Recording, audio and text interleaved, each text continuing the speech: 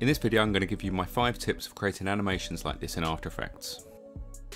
Hi, I'm Bennett, this is the Video Shop. I was teaching shape layer animations in my class recently and showing students some examples of nice physics, including this one which I'm afraid I can't credit as I don't know who did it.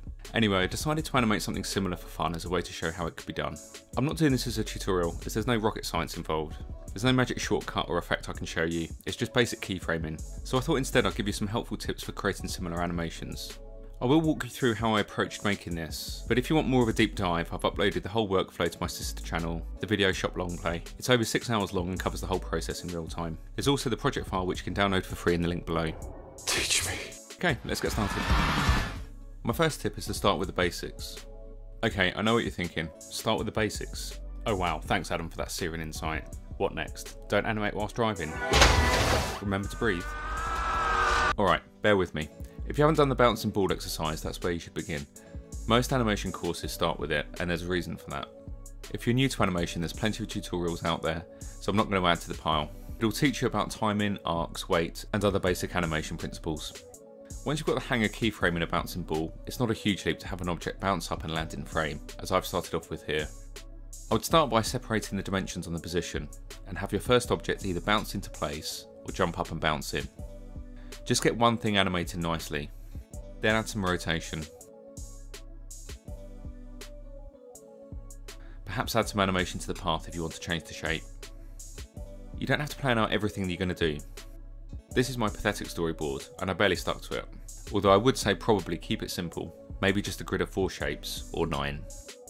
I made this up as I went along, and it was only after a couple of hours and I committed to a grid of 25 that I realised it was going to take ages to finish.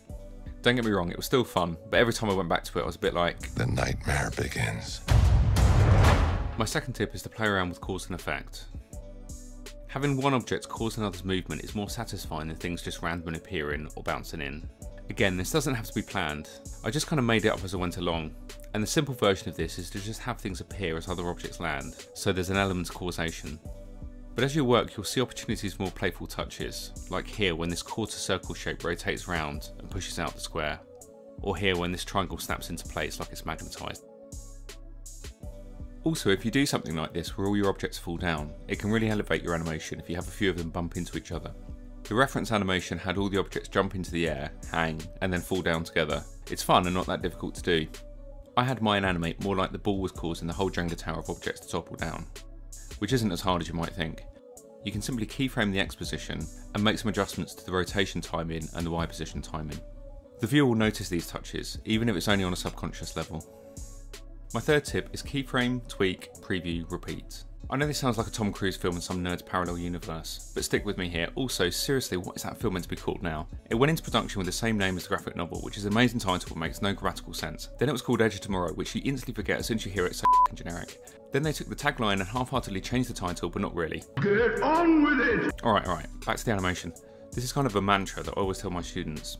Constantly preview your work, and tweak the timing and adjust the curves in the graph editor. It may take a couple of tweaks, it may take 10, whatever. It'll soon become muscle memory to preview your animation after you've made any adjustments.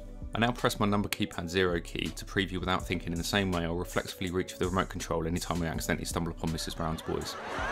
But just keep doing it until you find that Goldilocks sweet spot.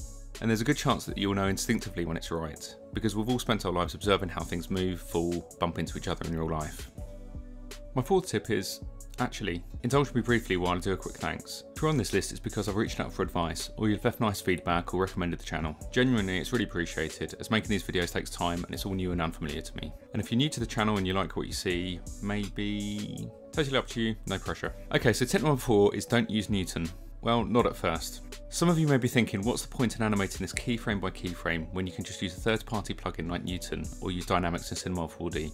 And to that I'd respond, just because you can take a picture, should we not bother painting? Practice helps you get better. When you're just starting out in After Effects, the graph editor can be daunting. Keyframing and timing can be awkward. How do you know that the weight and timing of animation is wrong? Or if it's deliberately exaggerated so that it ends up kind of brilliant? I've always loved you. Now it does depend on what you want to create. I wouldn't dream of animating this by hand, but certain animations like this, you want the element of control that comes from keyframing and choosing what goes where and when, and you just don't get that control with dynamic simulations. Having said that, you could animate your scene up by using keyframe animation, then use a dynamic simulator to have it crash down. Fair play, I'll give you that.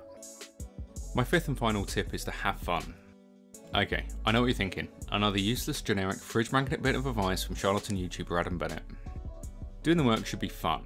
I often see students getting frustrated because they're not happy with the results they're getting. I'm bloody miserable, actually. And I tell them I'm a decrepit old bastard who's been using After Effects for over 20 years, and even I fail on an astonishingly regular basis. While I don't necessarily subscribe to the Malcolm Gladwell 10,000 hours principle, it's true that practice makes better, if not perfect, which is why the journey should be fun. I also think that if you're having fun, then that will bleed into the work itself. As I mentioned at the start of this video, this animation took me over 6 hours. I could have watched Heat twice, and had time left over to watch a sunset or something, which would be depressing if I didn't enjoy animating. There's joy in keyframing, previewing, repeating, and gradually seeing your creation come to life. Admittedly, this is true of any motion graphics or animation, but with this sort of animation, the knowledge that you brought these things to life yourself is intoxicating. And that's it, my 5 tips for animating dynamics in After Effects. Thanks for watching, see you again soon.